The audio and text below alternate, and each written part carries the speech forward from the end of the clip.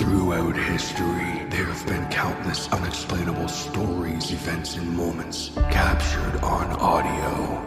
These horrifying tapes were archived, never to be heard again. Until now.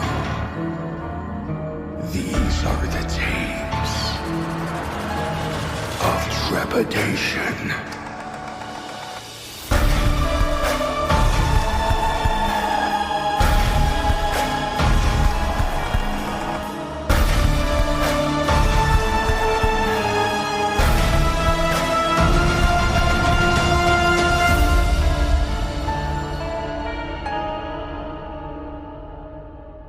Tape number 57. Infinite Library.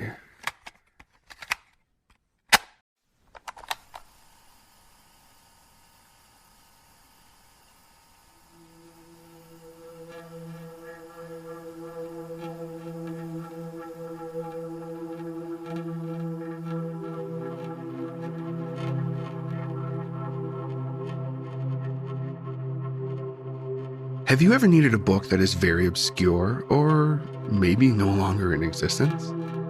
Fear not, for I am here to tell you that there is a way to access those books.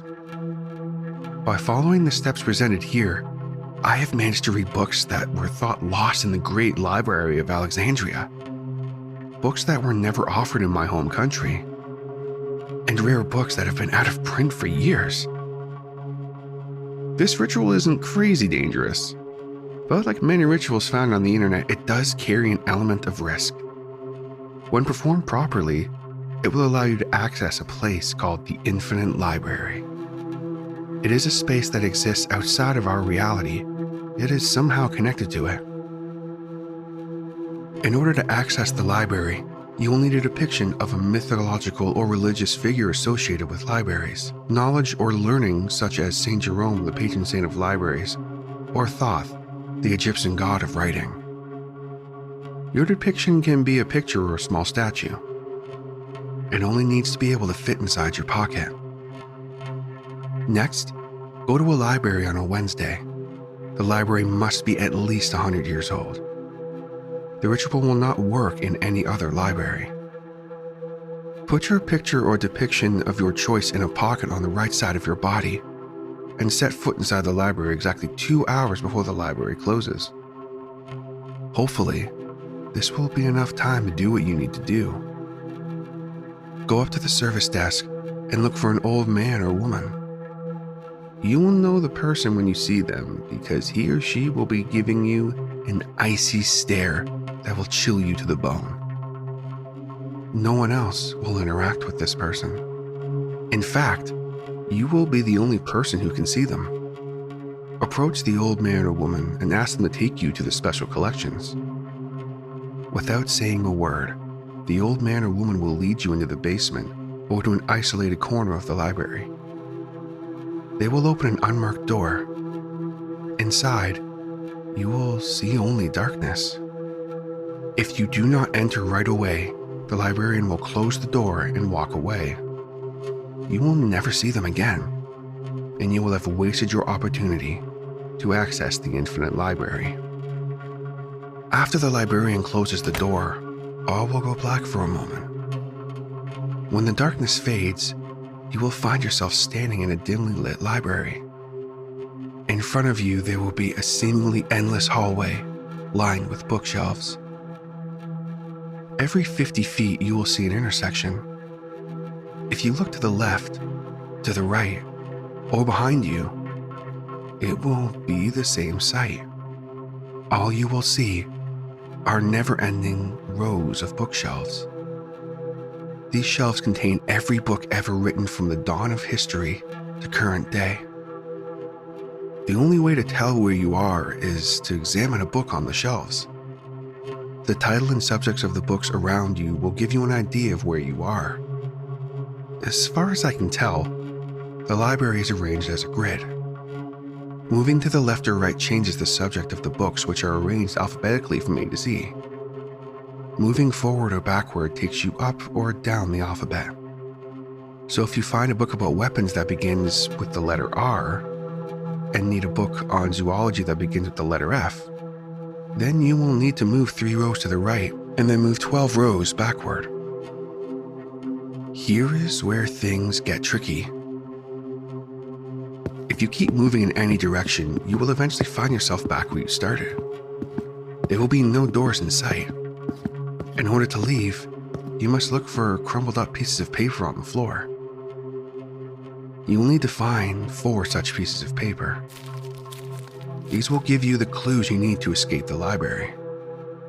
Usually, you need to move a certain number of rows forward, backward, left, or right in a specific order. When you have followed the directions, you will finally see a door. This will lead you back to our reality. Remember how I said there is an element of risk? You may only take 1 book out of the library at a time. If you try to take any more than that, you will not be able to leave. You will also find that you are not alone in the infinite library.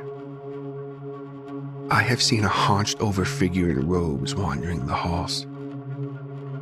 It will usually move away from you. Chances are you will feel compelled to follow it. Don't. Just don't. Rumor has it that the thing is trying to prevent you from leaving by leading you in the wrong direction. I have also seen small, imp-like creatures going after the pieces of paper with the clues needed to escape.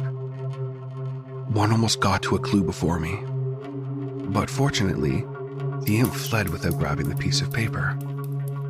On occasion, I have also found dried-up corpses in the library.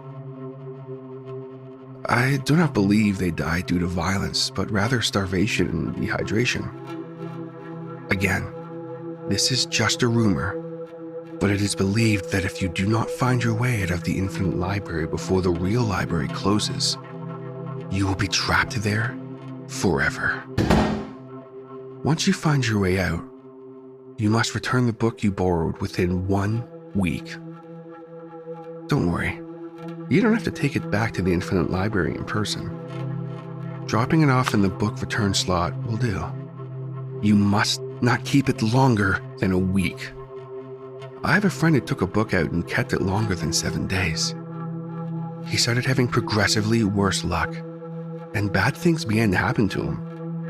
He got into a car accident, his dog ran away, he broke his arm, his house was broken into, and he even lost his job. His luck didn't improve until he took the book back. You might think to try to bypass the normal steps to this ritual and return to the infinite library whenever you want. This won't work. You can try to return to the door that took you to the library without the aid of the creepy old librarian. But when you open the door,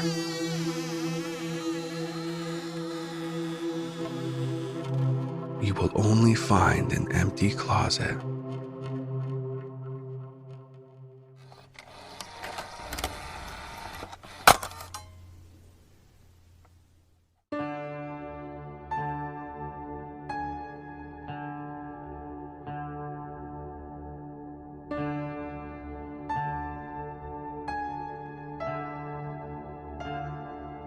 This has been tape number 57, Infinite Library, by the Tapes of Trepidation Horror Narration Podcast. Infinite Library was written by Alseeger. I'm so sorry if I'm butchering that. And it was originally posted on the Creepypasta Wiki. Narration, production, and sound design for this story was by TJ Hodder. Any additional credits can be found in the show notes. The Tapes of Trepidation theme was written by the incredible J.M. Sheriff. All logos, banners, overlays, and graphic design work was provided by the talented Jason Reese from Jaybird Digital Arts, unless otherwise stated. If you have a story you would like to submit, or a question regarding the show, please contact us at tapesoftrepidation@gmail.com. Support the show by subscribing and leaving a rating on Spotify Apple Podcasts, your favorite podcatcher, or like and subscribe on YouTube. And be sure to tell your friends. Word of mouth is extremely helpful to a podcast like this one. And check us out on social media through the link tree in the show notes. We have Facebook, Instagram, and Discord. I say it literally every single episode. But if you're hearing my voice right now, and you use Discord, and you are not a member of the Tapes of Trepidation Discord community, what are you doing? Because you are missing out, my friend. We have a ton of fun over there. I try to be as active as I can, at least posting a couple times a day, or at least every other day. And it's definitely the best way to keep up with everything that goes on with the show and the community. Plus, there's a lot of great people over there, so I can pretty much promise you're going to have a good time. And if you'd like to support the show a little more, consider joining the Tapes of Trepidation Patreon, where for as little as $5 a month, you can gain access to monthly bonus short story narrations, the weekly behind-the-scenes podcast within the archive, and more. Come, join us, and become trapped within the archive. Just like my current patrons, Neil Skarupa of Neurotic Voice, Doozer Pindan, Ronan Komori, Eric Phones, Patrick Stewart, and new patron, Madam Strangeways. That's right, everybody. Madam Strangeways has officially joined the archive. Thanks so much for coming, Madam. Thrilled to have you here with us. It means a lot. I am a huge fan of Madam Strangeways content, and if you enjoy even remotely what I do here on Tapes of Trepidation, you need to check out Madam Strangeways podcast that delves into the non-fiction world of horror with absolutely brilliant narrations and insightful commentary that sometimes can be quite entertaining and witty. You need to check out Madam Strangeways.